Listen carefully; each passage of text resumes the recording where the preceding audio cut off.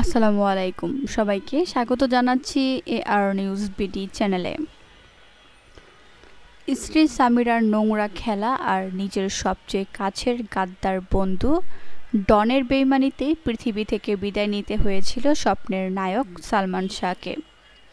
দীর্ঘ ৩০ বছর পর আজ সেই কালপ্রিটদের উপর নেমে এসেছে চরম পরিণতি।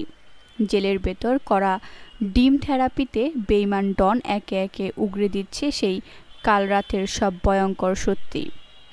বাঁচার জন্য শেষ ১০ মিনিটে ঠিক কী করেছিলেন সালমান শাহ? রিমান্ডে ডনের মুখ থেকে এই অজানা তথ্য বেরিয়ে আসতেই এখন চরম আতঙ্কে কাঁপছে সালমান শাহর স্ত্রী সামিরা। পাপ যে বাপকেও ছাড়ে না, এবার তা হাড়ে হাড়ে টের পাবে এই কালপিট।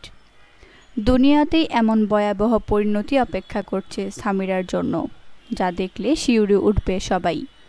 আল্লাহর গজব থেকে এবার কোনোভাবে রেহাই পাবে না সে। আশরাফুল হক ডন এক সময়কার রূপালী পর্দার নামকরা ভিলেন। বাস্তবের জীবনেও সে যে এত বড় এক পিচাস তা কেউ জানত না। দীর্ঘদিন সবার চোখের আড়ালে লুকিয়ে থাকার পরেই চতুর খেলোয়াড় ফোন দিয়ে এঁটেছিল দেশ ছেড়ে পালানোর। ওমরা পালনের নাম ভাঙিয়ে পবিত্র ভূমির কথা বলে সৌদি আরবে যাওয়ার বিরাট এক ফাঁক তৈরি করেছিল সে। ভেবেছিল এমন বেলকিবাজি করে পার পেয়ে যাবে, কিন্তু পাপের ভারে যখন পাল্লা ভারী হয়ে যায় তখন ঠিকই ধরা পড়তে হয়। ঢাকা এয়ারপোর্টে দেশ ছাড়ার জন্য যখন সে ইমিগ্রেশনের সামনে দাঁড়ায়, ঠিক তখনই ঘটে যায় বড় এক নাটক। তার পাসপোর্টের তথ্যে বিপদের সংকেত বেজে ওঠে। মুহূর্তের মধ্যেই চারিদিক থেকে তাকে ঘিরে ফেলে দায়িত্বরত স্পেশাল অফিসাররা।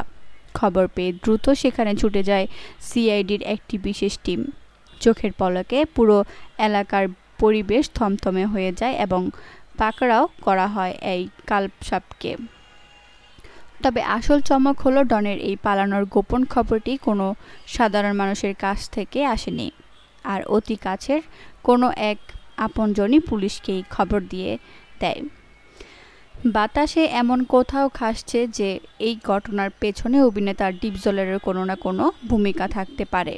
তবে সবচেয়ে বড় ঘটনা ঘটছে এখন জেলের ভেতর। সেখানে রিমান্ডে করা ডিম থেরাপি পড়তেই ডনের চোখের জল আর নাকের জল এক হয়ে যাচ্ছে বলে শোনা গেছে। এমনকি নিজের চামড়া বাঁচাতে এখন হুড়হুড় করে সামিরার সব গোপন চাল ফাঁস করে দিচ্ছে এই শয়তানের দোসর। ডনের এই কবুলনামা থেকে যে গা শিউরে ওঠা সত্যি সামনে এসেছে তা জানতে হলে আমাদের ফিরে যেতে হবে ৯৬ সালের ৬ সেপ্টেম্বরের সেই কাল রাতে। সে সময় বাংলাদেশের সিনেমা জগতের সবচেয়ে বড় সুপারস্টার ছিলেন সালমান শাহ। কোটি তরুণীদের স্বপ্নের রাজপুত্র তিনি। কিন্তু ঢাকার স্কার্টনের ফ্ল্যাটে যখনই জনপ্রিয় তারকার নিথর দেহ পাওয়া যায়, তখন শোকে স্তব্ধ হয়ে যায় পুরো দেশ। প্রশাসন প্রথম থেকেই এই ঘটনাকে নিজের ইচ্ছায় পৃথিবী ছাড়ার একটি সাধারণ ঘটনা বলে চালিয়ে দেওয়ার জন্য উঠে পড়ে লাগে। কিন্তু দেশের কোটি কোটি ভক্তের মনে তখন একটাই প্রশ্ন ছিল, এটি কি সত্যি স্বেচ্ছায় বিদায়, নাকি ভালোবাসার মুখোশ পরে বোনা হয়েছিল এক নির্মম নীল নকশা? তবে হঠাৎ করেই ২০ বছরেরও বেশি সময় ধরে ধামাচাপা থাকা এই ঘটনার মোড় ঘুরিয়ে দেয় আমেরিকা প্রবাসী রুবি সুলতানার একটি ভাইরাল ভিডিও বার্তা। সেই ভিডিওর পরেই একে একে থলের বিড়াল বেরিয়ে আসতে শুরু করে। রূপালী পর্দার গল্পকেও হার মানানো এক জঘন্য চক্রান্তের কথা জানতে পারে সবাই। তবে এর আগেও, অর্থাৎ সবচেয়ে বড় বোমা ফাটে ৯৭ সালের জুলাই মাসে। সে সময় মামলার অন্যতম আসামি রিজভী পুলিশের খাঁচায় বন্দী হয়। আদালতে ১৬৪ ধারায় দেয়া তার স্বীকারোক্তিমূলক জবানবন্দি পুরো দেশকে কাঁপিয়ে দেয়। রিজভীর সেই কথা অনুযায়ী স্বপ্নের নায়ককে চিরতরে সরিয়ে দেওয়ার জন্য চুক্তি হয়েছিল মাত্র ১২ লাখ টাকার। আর এই জঘন্য চুক্তির মাস্টারমাইন্ড ছিল খোদ সালমানের স্ত্রী সামিরার নিজের মা লতিফা হক। চুক্তির শর্ত ছিল একেবারে পরিষ্কার, কাজের আগে অগ্রিম হিসেবে দেয়া হবে ৬ লাখ টাকা, আর সালমান শাহের নিথর দেহ সিলিং ফ্যানে ঝোলানোর পর দেয়া হবে বাকি ৬ লাখ টাকা। রিজভীর বয়ান থেকে আরও জানা যায়, সামিরার মা লতিফা হকের সঙ্গে সে সময় গোপন বৈঠকে উপস্থিত ছিল 4 নম্বর আসামি ডন ডেভিড ফারুক জাবেদ সহ একদল ভাড়াটে অপরাধী। টাকার লোভে অন্ধ হয়ে এই মির্জাফরের দল শয়তানের চুক্তিতে হাত মিলিয়েছিল। রুবি সুলতানার ভিডিওতে এই একই কথার মিল পাওয়া যায়। তার মতে এই নরপিশাচের দল সালমানের ফ্ল্যাটে ঢোকার আগে নাকি ওই রুবির ফ্ল্যাটেই বসে সব গোপন ছক কষেছিল। আর সেই ভয়ঙ্কর ছক কষার পরেই নেমে আসে সেই কাল রাতে। তবে সবার মনে যুগ যুগ ধরে একটা প্রশ্ন ঘুরপাক খাচ্ছে, শেষ মুহূর্তে বাঁচার জন্য কি করেছিলেন সালমান শাহ? এত শক্তিশালী একজন মানুষ কেন নিজেকে বাঁচানোর কোনো চেষ্টা করতে পারলেন না? তবে চরম সত্যটা শুনলে আজ যে কারো বুকের ভেতরটা কেঁপে উঠবে। আসল ঘটনা হলো, বাঁচার জন্য তাকে কোনো সুযোগই দেয়া হয়নি। স্কার্টনের ফ্ল্যাটে সেদিন একদম শান্ত ও অচেতন অবস্থায় ঘুমাচ্ছিলেন সালমান। এই তারকা গুণাক্ষরেও টের পাননি।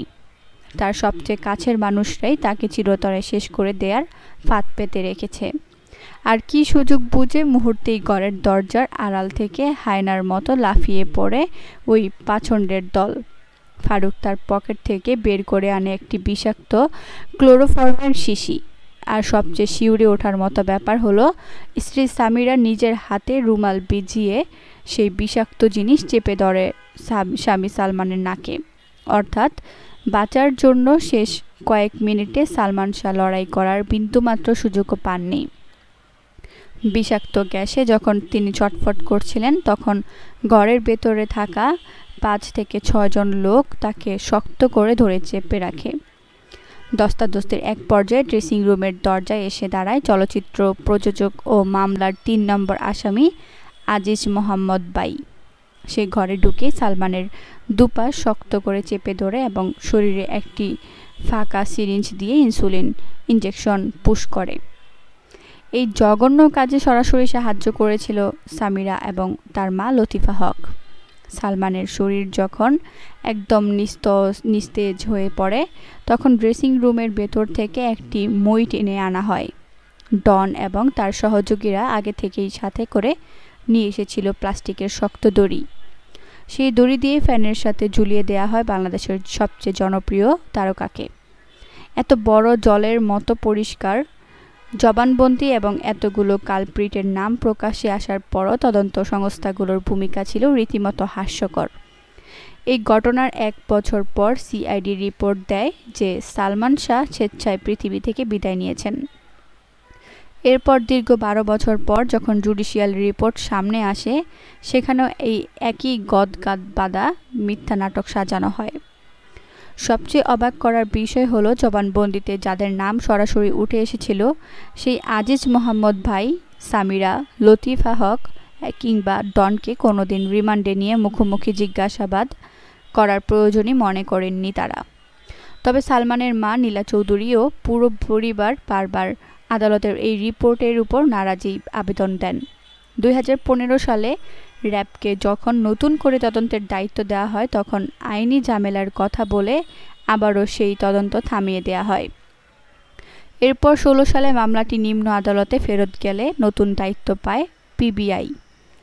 20 সালে পিবিআই যখন তদন্ত প্রতিবেদন জমা দেয়, সেখানে চরম চালাকি করে জনপ্রিয় নায়িকা শাবনূরকে বলির পাঠা বানানো হয়। দাবি করা হয়, শাবনূরের সাথে অতি অন্তরঙ্গতা এবং স্ত্রীর সাথে পারিবারিক কলহের জেরে সালমান এই পথ বেছে নিয়েছেন। কিন্তু সালমানের পরিবারের সোজা দাবি, স্ত্রী সামিরা হকের সাথে চিত্রজগৎ ও বাইরের বেশ কয়েকজন প্রভাবশালী ব্যক্তির নোংরা ও অনৈতিক সম্পর্ক তৈরি হয়েছিল। আর এই পরকীয় আর গোপন সত্যি জেনে ফেলাতেই সালমানকে দুনিয়া থেকে চিরতরে সরিয়ে দেয়া হয়েছে। নিজেদের পিঠ বাঁচাতে এবং মূল ঘটনা থেকে সবার নজর ঘোরাতেই শাবনূরকে ফাঁদে ফেলার চেষ্টা করেছিল সামিরা ও টনরা। সালমানের পরিবারের এই দাবির কারণে পরবর্তীতে আদালত পিবিআই এর সেই চূড়ান্ত প্রতিবেদন সরাসরি বাতিল করে দিয়ে এটিকে একটি পরিকল্পিত চক্রান্ত হিসেবে গ্রহণ করার নির্দেশ দেন। বাদীপক্ষের আইনজীবী ফারুক আহমেদ আক্ষেপ করে বলেছিলেন, আসামি রিজভী যখন জেলে ছিলেন, তখন তাকে রিমান্ডে নিয়ে সঠিকভাবে জিজ্ঞাসাবাদ করলে 24 ঘন্টার মধ্যেই পুরো জট খুলে যেত। কিন্তু অদৃশ্য কোনো এক মহাশক্তির ইশারায় এই ভয়ঙ্কর অপরাধীদের সবসময় আড়াল করে রাখা হয়েছিল। তবে শেষ পর্যন্ত পাপের ঘোড়া একসময় ঠিকই পূর্ণ হয়। গতকাল ডনের গ্রেফতারের মধ্য দিয়েই সেই মহাশক্তির মুখোশ খসে পড়তে শুরু করেছে। জেলের ভেতর করা ডিম থেরাপিতে এই পাষণ্ড এখন সামিরার সব নোংরা চাল ফাঁস করে দিচ্ছে।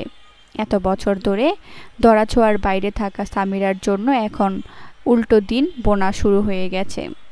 তার বাঁচার সব আশা এখন শেষ।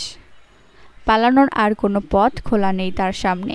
এতদিনের জমানো ও অতীত কর্মের পড়া মাসুল তাকে দুনিয়াতেই দিতে হবে। সৃষ্টিকর্তার বিচার যে কতটা ভয়াবহ হতে পারে তা এবার হাতে হাতে টের পাবে এই ভয়ঙ্কর চক্রের প্রতিটি সদস্য। কারণ প্রকৃতির বিচার বড় কঠিন জিনিস। আজ ডন ধরা পড়েছে, আর কাল হয়তো সামিরার হাতেও হাতকড়া পড়বে। এই চরম পরিণতি দেখার অপেক্ষায় আছে দেশের প্রতিটি মানুষ। কাল রাতের সেই নীল নকশার আসল সত্য এবার সবার সামনে দিনের আলোর মতো ফুটে উঠবে। আজ এখানেই শেষ করছি। সবাই ভালো থাকুন, সুস্থ থাকুন। আল্লাহ হাফেজ।